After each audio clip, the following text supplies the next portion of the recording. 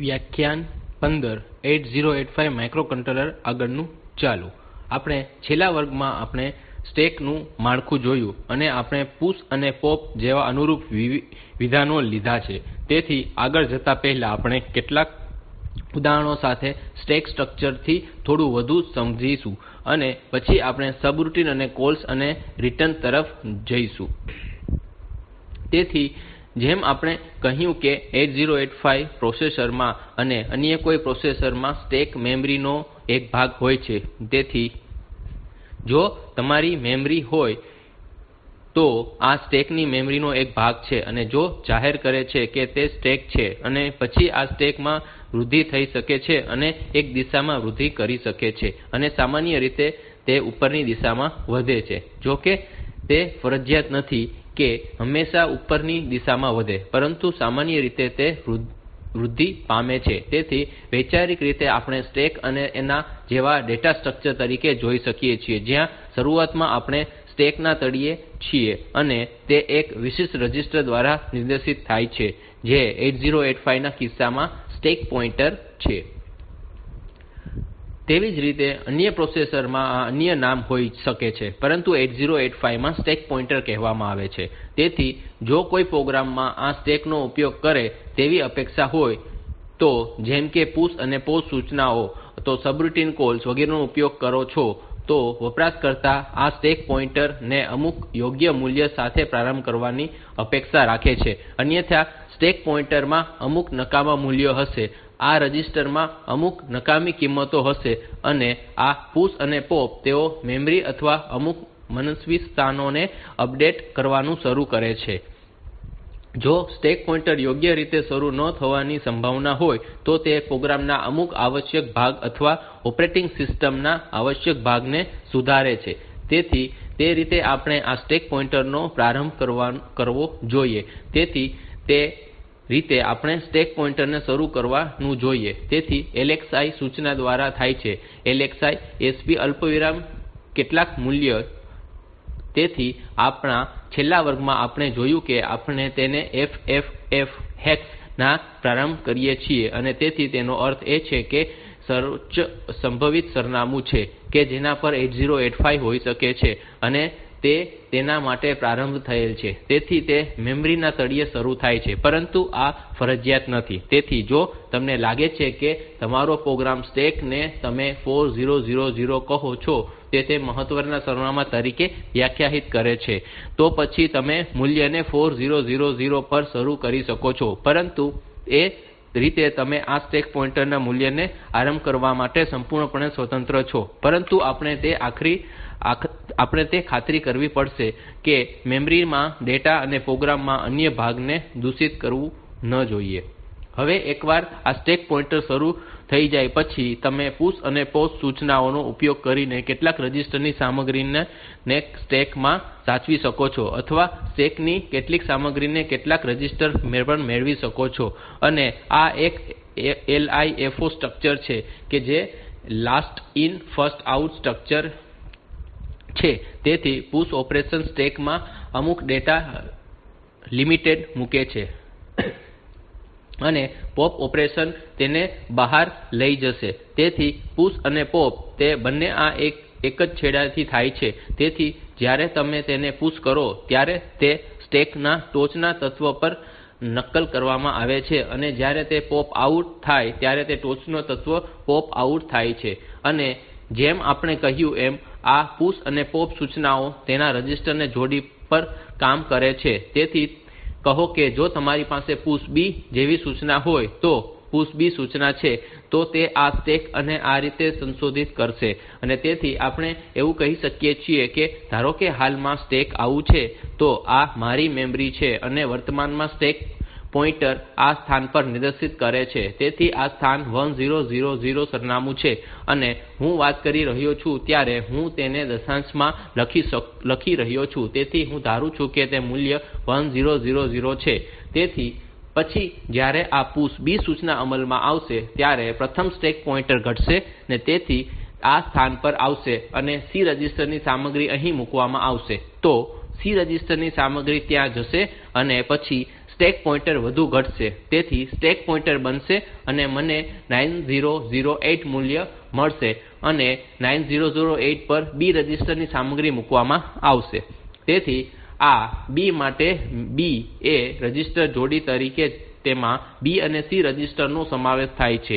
Intel convention તે higher order byte higher order સરનામા પર જશે અને તેથી આ B મૂલ્ય હશે જે અહીં આવશે, આ B મૂલ્ય હશે અને આ B મૂલ્ય હશે અને આ C વેલ્યુ હશે. તો ચાલો હું એક નવી આકૃતિ દોરી છું જેમાં આ સ્ટેક હોય તો પુશ B છે. તેથી જો અગાઉ સ્ટેક પોઇન્ટર અહીં હતું તો B મૂલ્ય અહીં આવશે અને C મૂલ્ય અગાઉના સ્થાન પર આવશે. જો એમ હોય અને જો આ મૂલ્ય હોય તો આ મેમરી સ્થાન 100 છે અને તેથી આ 999 છે અને આ 998 છે. તેથી અહીં લોઅર એડ્રેસ BC એ લોઅર એડ્રેસ બાઈટ છે અને તેથી તે લોઅર એડ્રેસ લોકેશન 9008 પર જશે અને B હાયર ઓર્ડર બાઈટ છે અને તેથી તે ઉચ્ચ ક્રમના સરનામા પર જશે જે 999 છે. તેથી આ રીતે પુશ સૂચના અમલમાં આવશે અને સ્ટેક પોઇન્ટર વેલ્યુ SP ની નવી કિંમત 998 બનશે. એ જ રીતે પોપ સૂચના માત્ર તેનું વિપરીત કરશે. તેથી જો તમે આ રૂપરેખાંકન POP B ને એક્ઝિક્યુટ કરી રહ્યા હોવ તો પહેલા આ સ્થાન 998 ની સામગ્રી કે જે સ્ટેક પોઇન્ટર દ્વારા નિર્દેશિત છે તેને C રજિસ્ટર પર લઈ જવામાં આવશે અને તેથી આ મૂલ્ય C રજિસ્ટર પર જશે અને સ્ટેક પોઇન્ટર મૂલ્ય 999 સુધી વધશે અને પછી આની સામગ્રી B રજિસ્ટરમાં આવશે અને સ્ટેક પોઇન્ટર મૂલ્ય 2000 અમલમાં આવશે કે જાણે સ્ટેક માંથી બે ટોચની સૌથી વધુ એન્ટ્રીઓ લેવામાં આવી હોય. તેથી આ રીતે આ પુશ અને પોપ સૂચનાઓ એક્ઝિક્યુટ કરવામાં આવે છે અને આપણી પાસે BCDE અને HL છે.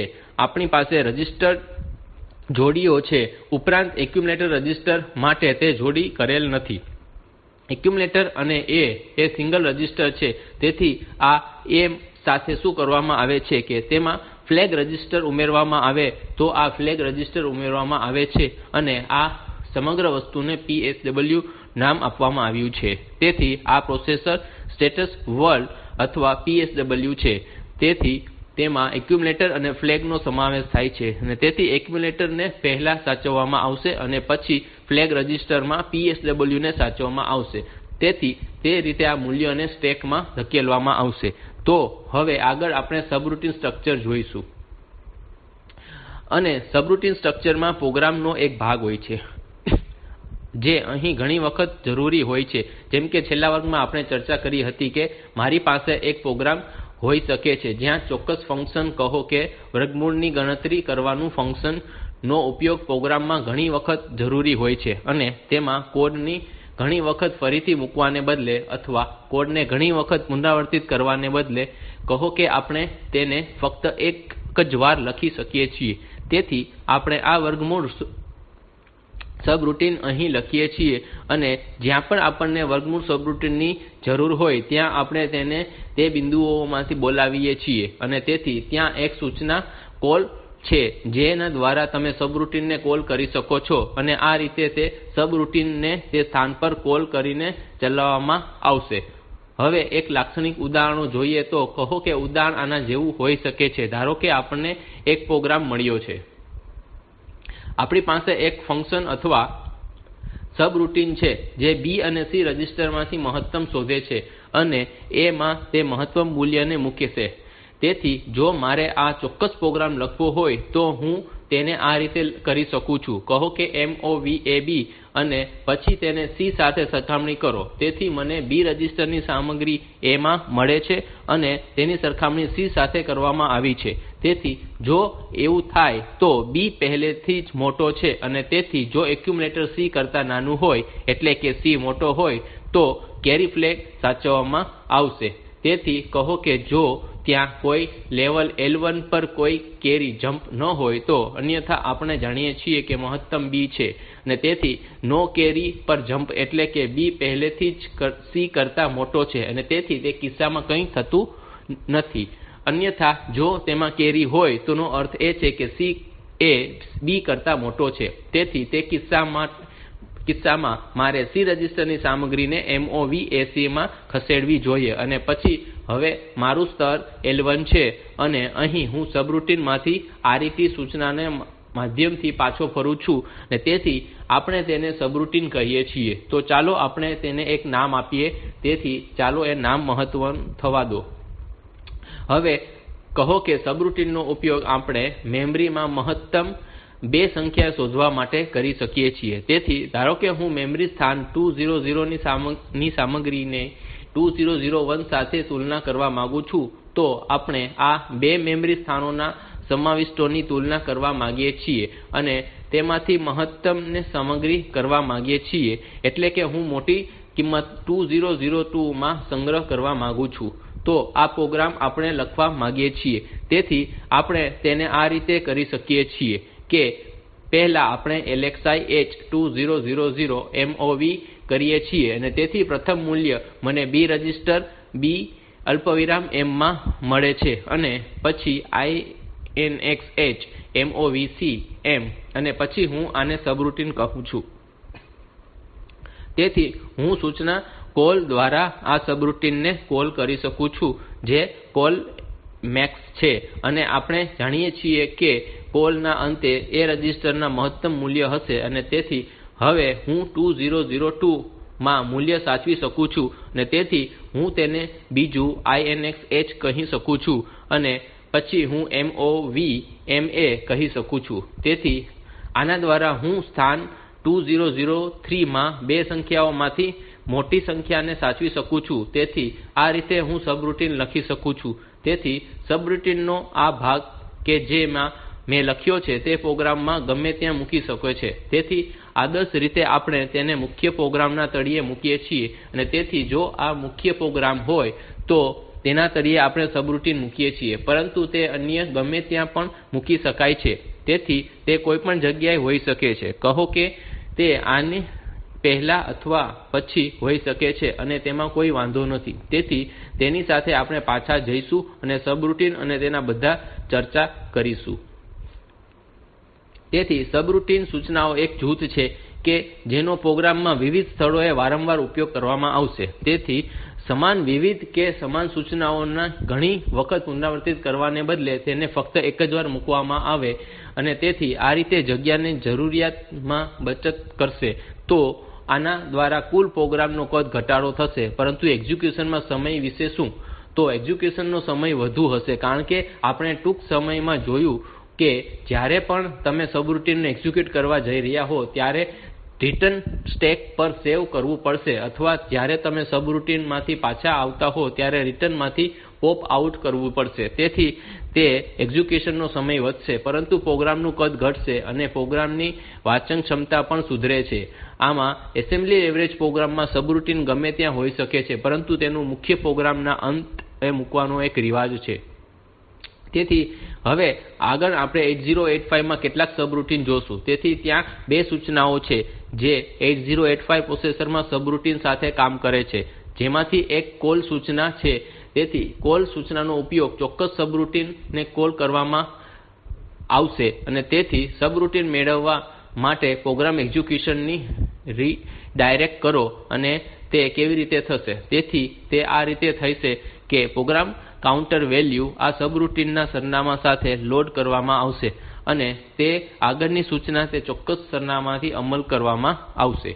તેથી કૉલ અને આ રિટર્ન સૂચનાઓના કિસ્સામાં આ રીતે અમલીકરણ થશે અને તેથી સબરૂટિન માંથી પાછા ફરવા માટે રિટર્ન સૂચનાનો ઉપયોગ થાય છે. તેથી સબરૂટિન એક રિટર્ન અથવા RET સાથે સમાપ્ત થાય છે અને તેથી આ RET સૂચના મેળવવાથી પ્રોસેસર 2 ટોચની એન્ટ્રીઓ અને સ્ટેક માંથી પોપ આઉટ થશે અને તે 2 રજિસ્ટર હોવા છતાં તે 2 સ્થળોએ તે મૂલ્યને PC નીચા અને PC ઊંચા મૂકવામાં આવશે. તેથી PC પાસે હવે રિટર્ન એડ્રેસ હશે. તેથી તમે સમજી શકો છો કે પ્રોસેસર માટે જવાબદારી બની જાય છે કે જ્યારે તે કૉલ પર જઈ રહ્યું હોય તો સબરૂટિન શરૂ કરતા પહેલા તેણે સૂચના સાચવવી જોઈએ કે તેને સૂચનાનું સરનામું કૉલ પછી તરત જ સાચવવું જોઈએ કે જેથી કૉલ સૂચના પછી તે કિસ્સામાં તે યોગ્ય સરનામા પર પાછું આવી શકે. તેથી હવે પછી આ કૉલ સૂચનાનું માળખું આ કૉલ જેવું હોય છે. છે અને ત્યારબાદ 16 બીટ એડ્રેસ આવે છે. તેથી તે શું કરે છે કે તે સ્ટેક પર કોલ કર્યા પછી તરત જ સૂચનાનું સરનામું પુશ કરે છે અને પછી પ્રોગ્રામ કાઉન્ટરનું મૂલ્ય 4000 સાથે લોડ થાય છે. તેથી આ આના જેવું હોય છે કે કહો કે આ કોલ સૂચના છે અને જો કોલ સૂચના હોય તો અને કહો કે આ સ્થાન 1000 છે અને પછી તે સમજી શકો છો કે આ કોલ સૂચનાનું કદ 3 બાઈટ છે અને 1 બાઈટ ઓપકોડ માટે જાય છે અને બીજી બાઈટ 40 છે અને ત્રીજી બાઈટ 00 હશે. તેથી આ 3 બાઈટ સૂચના છે અને તેથી મારી આગામી સૂચનાનું સ્થાન 1003 પર છે. તો આ મારી આગામી સૂચના છે. તેથી સિસ્ટમ શું કરે છે કે તે આ મૂલ્ય 1003 ને સ્ટેક માં સંગ્રહિત કરશે. તેથી તે આ મૂકશે અને તે આ 10 અને 03 આ 2 બાઈટ ને સ્ટેક માં પુશ કરશે જે વર્તમાન પ્રોગ્રામ કાઉન્ટર વેલ્યુ છે અને પછી જ પ્રોગ્રામ કાઉન્ટર ના વેલ્યુ 4000 સાથે લોડ થશે અને તેથી મારું રિટર્ન સરનામું સ્ટેક પર સેવ થઈ ગયું છે. અને હવે આપણે જે સબરૂટીન વિશે વાત કરી રહ્યા છીએ તેથી આ પ્રક્રિયાને અમલ મૂકવા માટે હું તૈયાર છું અને તેથી હવે આપણે તે કરી શકીએ છીએ. તેથી આગળ આપણે જોઈશું કે આ રિટર્ન સૂચના કેવી રીતે અમલમાં આવશે. તો આ રિટર્ન એક્ઝિક્યુશન આના જેવું હોય છે. તેથી સ્ટેક માંથી રિટર્ન એડ્રેસ ની સામગ્રી પુનઃપ્રાપ્ત થશે અને તેથી અગાઉના ઉદાહરણમાં 1003 સ્ટેક ની ટોચ પર છે અને જેથી જ્યારે આ પ્રક્રિયા પૂર્ણ થાય છે ત્યારે આ 10 અને PC ના ઉચ્ચ ક્રમના 16 બીટ મૂકવામાં આવે છે અને 03 નીચેના ક્રમમાં 16 બીટ મૂકવામાં આવશે. તેથી તે 2 ટોચની સૌથી વધુ સ્ટેક એન્ટ્રીઓ પોપ આઉટ કરવામાં આવશે અને તે પ્રોગ્રામ કાઉન્ટર માં મૂકવામાં આવશે જેથી તમારો પ્રોગ્રામ એક્ઝિક્યુશન સ્થાન 1003 થી ફરી શરૂ થાય છે. તેથી આ કોલ અને રિટર્ન સૂચનાનો ઉપયોગ છે. અને હવે ત્યાં કેટલીક ચેતવણીઓ છે જેમ કે આ કોલ સૂચના 2 મેમરી સ્થાનો પર સ્ટેક પોઇન્ટર જ્યાં પોઈન્ટ કરી રહ્યું છે તેના પર અથવા તેનેથી તરત જ પહેલા રિટર્ન એડ્રેસ પરત કરે છે અને તેથી આ વાસ્તવિક છે. તો થોડા સમય પહેલા હું કહી રહ્યો હતો કે પ્રોગ્રામ ની વાસ્તવિક કોડ શરૂ કરતા પહેલા આપણે સ્ટેક પોઇન્ટર ને અમુક યોગ્ય મૂલ્ય પર સેટ કરવું જોઈએ. તેથી જો તે પૂર્ણ ન થયું હોય અને જો તમારે પ્રોગ્રામમાં કોલ સૂચનાનો ઉપયોગ કરે તો સ્ટેક પોઇન્ટર દ્વારા નિર્દેશિત કોઈપણ સ્થાનમાં રિટર્ન એડ્રેસ મૂકશે અને કમનસીબે જો તે કેટલાક માન્ય પ્રોગ્રામ સ્ટેટમેન્ટ પ્રોગ્રામ બાઇટ્સ તરફ નિર્દેશ કરે તો તે પણ ઓવરરાઈટ થઈ શકે છે અને જેથી ત્યાં મુશ્કેલીઓ ઊભી થશે. બીજી બાજુ આ રિટર્ન સૂચના હોય છે અથવા તેમ છતાં સામગ્રી અથવા 2 ટોચની મેમરી સ્થાનોને બહાર કાઢશે અને તેથી કુદરતી રીતે જો સબરૂટીન માં હોય તો જો પૂરતા પ્રમાણમાં સાવચેત ન હો તો સબરૂટીન ની અંદર સ્ટેક પોઇન્ટર રજિસ્ટર માં ફેરફાર કરશે તો તે નુકસાન પહોંચાડી શકે છે કારણ કે સબરૂટીન માંથી પાછા ફરતી વખતે સ્ટેક પોઇન્ટર વેલ્યુ ગમે તે હોય પરંતુ પ્રોસેસર ટોચના 2 સૌથી વધુ સ્થાનોને એક્સેસ કરશે અને તે PC પર મૂકશે. તેથી જો સ્ટેક પોઇન્ટર યોગ્ય ન હોય તો PC ને કેટલીક નકામી કિંમતો મળી શકે છે અને તમારો પ્રોગ્રામ ખરેખર તમારા ઇચ્છિત સ્થાન પર પાછા ફરવાને બદલે તે કેટલીક મનસ્વી જગ્યાએ પરત આવી શકે છે અને તે સમાન પ્રોગ્રામ માં ન પણ હોઈ શકે અને તે મેમરી માં કોઈપણ મનસ્વી સ્થાન પર હોઈ શકે છે તેથી ત્યાં પાછો આવશે. તેથી પ્રક્રિયાની અંદર આ સ્ટેક પોઇન્ટર રજિસ્ટર ની હેરફેર કરતી વખતે આપણે સાવચેત રહેવું જોઈએ. તેથી તમારે સામાન્ય રીતે આ ન કરવું જોઈએ. આપણે આ ન કરવું જોઈએ પરંતુ જો તે એકદમ જરૂરી હોય તો આપણે પર્યાપ્ત કાળજી લેવી જોઈએ અને તેથી ખાતરી કરવા માટે સ્ટેક પોઇન્ટર મૂલ્યને રિટર્ન સૂચના પહેલા પુનઃસ્થાપિત કરવામાં આવે છે. તેથી આગળની વસ્તુ જે આપણે કરીએ છીએ તે સબરૂટીન છે અને તમે ડેટા કેવી રીતે પાસ કરી રહ્યા છો અને તે મૂલ્ય પસાર કરો છો તે સબરૂટીન કાર્ય કરશે.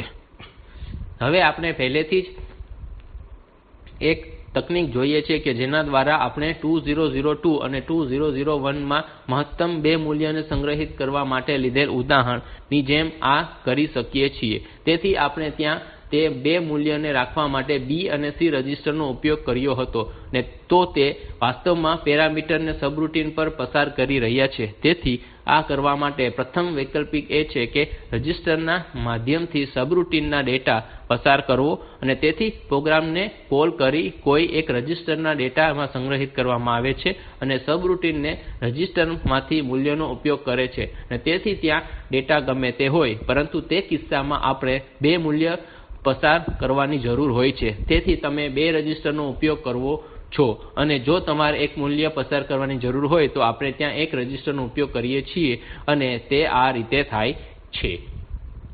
તેથી સબરૂટિન ને કૉલ કરતા પહેલા આપણે તે રજિસ્ટરને યોગ્ય મૂલ્ય સાથે શરૂ કરવું જોઈએ અને સબરૂટિન તે રજિસ્ટરના મૂલ્યનો ઉપયોગ કરશે. તેથી આપણે તે યોગ્ય સામગ્રી મેળવશે અને પછી જ્યારે ત્યાં પ્રોગ્રામ રિટર્ન અથવા સબરૂટિન હોય ત્યારે કદાચ આપણી પાસે અમુક વળતર મૂલ્ય હોઈ શકે છે, પરંતુ જો આપણે જે પસાર કરવા માંગીએ છીએ તે મૂલ્યોની સંખ્યા ઓછી હોય તો સાચું હોય કે જેમ હું કહેવા માંગુ છું કે આપણી પાસે B, C, D, H અને L જેવા સામાન્ય હેતુના રજિસ્ટર છે અને તમે એમ પણ કહી શકો છો કે હું A રજિસ્ટર નો ઉપયોગ કરીશ. તેથી તે કુલ 7 બાઇટ છે અને તેથી જો તમારો ડેટા કે જેમાં પસાર કરવા માંગો છો તે 7 બાઇટ સુધી મર્યાદિત હોય તો CPU રજિસ્ટર પૂરતું હોઈ શકે છે. પરંતુ ઉદાહરણ તરીકે જો તમે મોટા કદના ડેટા ને પસાર કરવા રહ્યા હો તો હું એક પ્રોગ્રામ માટે એક સબરૂટિન લખવા માંગુ છું જે સંખ્યાઓને જુદી કરવા માટે અને કહો કે તમે 100 સંખ્યાઓને જુદી કરવા માંગો છો તો 100 સંખ્યાનો રજિસ્ટર માંથી પસાર કરી શકતા નથી. તેથી ત્યાં આપણે કેટલાક મેમરી સ્થાનોમાંથી પસાર થવું પડશે. તેથી આપણે કેટલાક મેમરી સ્થાનોને ચિહ્નિત કરી શકીએ છીએ જેમાં ઇનપુટ એરે હશે અને તેથી કદાચ આપણે અમુક સ્થાનને નિશ્ચિત કરી શકીએ છીએ, જેમ કે આપણે કહી શકીએ છીએ કે મેમરી સ્થાન 1000 પછી 100 પૂર્ણાંકને સંગ્રહિત કરવામાં આવશે અને જેને જુદા કરવાનો છે. તેથી તે રીતે સબરૂટિન ને ગંતવ્ય સ્થાનની જાણ થશે કે મારા પરિણામો સ્થાન પર 100 માંથી છે અને અન્ય શક્યતાઓ એ છે કે જ્યાં સંમત કરાર આ રીતે હોઈ શકે છે, ત્યાં HL જોડી હોઈ શકે છે અને તેથી આ મેમરી સ્થાનો તરફ નિર્દેશિત કરશે અને જેમાં ડેટા હશે અને તે કૉલ કરશે કે જ્યાંથી ડેટા શરૂ થશે. તેથી તે કિસ્સામાં સબરૂટિન ને કૉલ કરતા પહેલા મારે યોગ્ય મૂલ્ય સાથે HL જોડી શરૂ કરવી જોઈએ અને તેથી જ્યાં હું સબરૂટિન માં હોઉં ત્યારે હું એરે એલિમેન્ટ દ્વારા ઇન્ડેક્સ માટે HL જોડીનો ઉપયોગ કરું છું. તેથી આપણે પસાર કરેલા પરિણામોમાં 2 પ્રકારના ફેરફારો થઈ શકે છે. તો એક કિસ્સામાં જેમ કે સામાન્ય કિસ્સામાં જો તમે કહો છો કે રજિસ્ટર B અને C માં પરિણામો પસાર કર્યા છે અને પ્રોગ્રામ ની અંદર તે ફક્ત 2 મૂલ્યને સુધારી રહ્યું હોય તો B અને C રજિસ્ટરની સામગ્રીમાં ફેરફાર કરી રહ્યું હોય છે. પછી એકવાર તમે પ્રોગ્રામ પર પાછા ફરો ત્યાં તમને B અને C ની મૂળ કિંમતો મળતી નથી, પરંતુ B અને C ના સંભવિત મૂલ્ય મળે છે. તેથી આ ઇચ્છનીય હોઈ શકે છે અથવા ન પણ હોઈ શકે છે. કેટલીકવાર આપણે ઈચ્છીએ છીએ કે સબરૂટિન દ્વારા કરવામાં આવેલા ફેરફાર ખરેખર આપણા ઇચ્છનીય ફેરફારો હોય અને અન્ય કિસ્સામાં આપણે ફક્ત એટલું જ કહી શકીએ છીએ કે આ મૂલ્યને ઇનપુટ મૂલ્ય તરીકે પસાર કર્યું છે અને હું નથી ઈચ્છતો કે ત્યાં રજિસ્ટરમાં ફેરફારો કરવામાં આવે.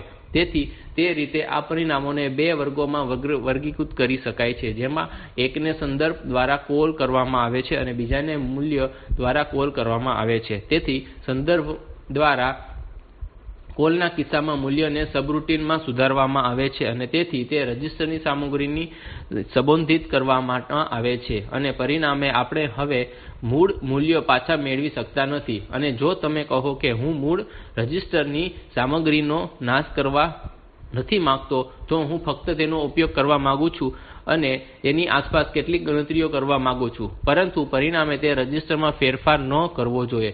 પછી તે કરવા માટે આપણે સબરૂટિન નો ઉપયોગ કરતા પહેલા પુશ સૂચનાઓનો ઉપયોગ કરીને મૂળ રજિસ્ટર ને સાચવવાની જરૂર હોય છે અને આપણે સબરૂટિન માંથી બહાર નીકળતા પહેલા આપણે પોપ કરવું જોઈએ. અને તેથી કહો કે હવે આપણે આને રીતે એક સરળ ઉદાહરણ લઈશું. તેથી આ સબરૂટીન અને આપણે સબરૂટીન માં ઈચ્છીએ છીએ કે રજિસ્ટર B અને C નો ઉપયોગ કરે અને આપણે એવી અપેક્ષા રાખીશું કે આ મૂલ્યોમાં ફેરફાર થવો જોઈએ નહીં, એટલે કે આ રજિસ્ટર ની સામગ્રીમાં ફેરફાર થવો જોઈએ નહીં. તેથી આ સબરૂટીન ની બોડી માં તે B અને C ને સુધારે છે અને તેથી તે આ B અને C રજિસ્ટર સાથે કામ કરે તો તે આ રીતે સંબંધિત થાય છે. પરંતુ આપણે નથી ઈચ્છતા કે આ ફેરફારો પોલિંગ પ્રોગ્રામ અથવા મુખ્ય પ્રોગ્રામ ના મૂળના B અને C મૂલ્યોને પ્રતિબંધિત થાય. તેથી આ રીતે કરવું અને તે કિસ્સામાં આની શરૂઆતમાં સબરૂટીન ની શરૂઆતમાં આપણે 2 રજિસ્ટર ની સામગ્રીને સાચવવાની છે.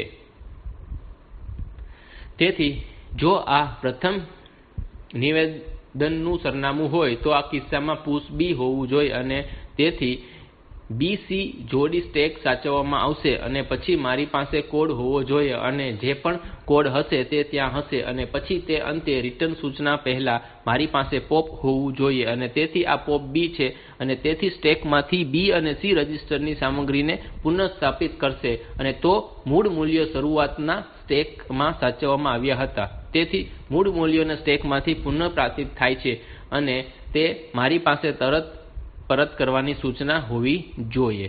તો આ રીતે મારે કરવું જોઈએ. તેથી હું તેને પરત મેળવી શકું છું અને હું મૂલ્ય દ્વારા આ કોલ ને અમલ મેળવી શકું છું. તેથી કોલિંગ પ્રોગ્રામ પર એક્ઝિક્યુશન પરત આવે પહેલા મૂળ મૂલ્યનું પુનઃસ્થાપિત થાય છે. તેથી આ જરૂરી હોય છે કે બીજા એક રસપ્રદ કે જ્યાં તમારી પાસે હોવી જોઈએ અને પુશ અને પોપ નો ઉપયોગ વિરુદ્ધ ક્રમમાં થવો જોઈએ. તેથી જો તમે શરૂઆતમાં પુશ કરો અને જો તમે પહેલા રજિસ્ટર B અને પુશ કર્યું હોય તો પછી રજિસ્ટર D ને પુશ કરો અને પછી પોપ બીજા ક્રમમાં હોવું જોઈએ અને પહેલા પોપ D હોવું જોઈએ અને પછી પોપ B પહેલા હોવું જોઈએ. કારણ કે અન્યથા ત્યાં શું થશે કે તમે મૂલ્યો મેળવો છો ત્યારે યોગ્ય નહીં હોય. તેથી કદાચ શરૂઆતમાં મેં B અને D ક્રમમાં પુશ કર્યું અને જ્યારે તમે પોપિંગ કરતી વખતે જો B પોપ અને આઉટ કરશે અને D ને નહીં કરું તો ખોટી કિંમત મળશે અને તેથી જો તમે પુશ કર્યું હોય તો કહો કે મારી પાસે પુશ હોય અને શરૂઆતમાં પુશ B અને પુશ D જેવું લખેલું હોય છે. પછી અંતે તમારે પહેલા પોપ D જેવું કરવું જોઈએ અને પછી તમારે પોપ B કરવું જોઈએ. જો તમે ત્યાં ક્રમમાં ફેરફાર કરશો તો શું થશે? ત્યાં આપણને ખોટી કિંમત મળશે કારણ કે પ્રથમ B પુશ કરવામાં આવ્યું છે. તેથી LIFO માળખામાં પ્રથમ મૂલ્ય B પુશ કરવામાં આવ્યું અને પછી મૂલ્ય D કરવામાં આવ્યું છે. તેથી પોપ આઉટ કરતી વખતે મારે પહેલા D મૂલ્ય અને પછી B મૂલ્યને પોપ આઉટ કરવું જોઈએ. તેથી જો આપણે અહીં ક્રમ બદલીએ તો જો આપણે અહીં B અને D અને D અહીં લઈએ તો પછી D રજિસ્ટર ની મૂળ સામગ્રી B રજિસ્ટર માં અને B રજિસ્ટર ની મૂળ સામગ્રી D રજિસ્ટર માં આવશે.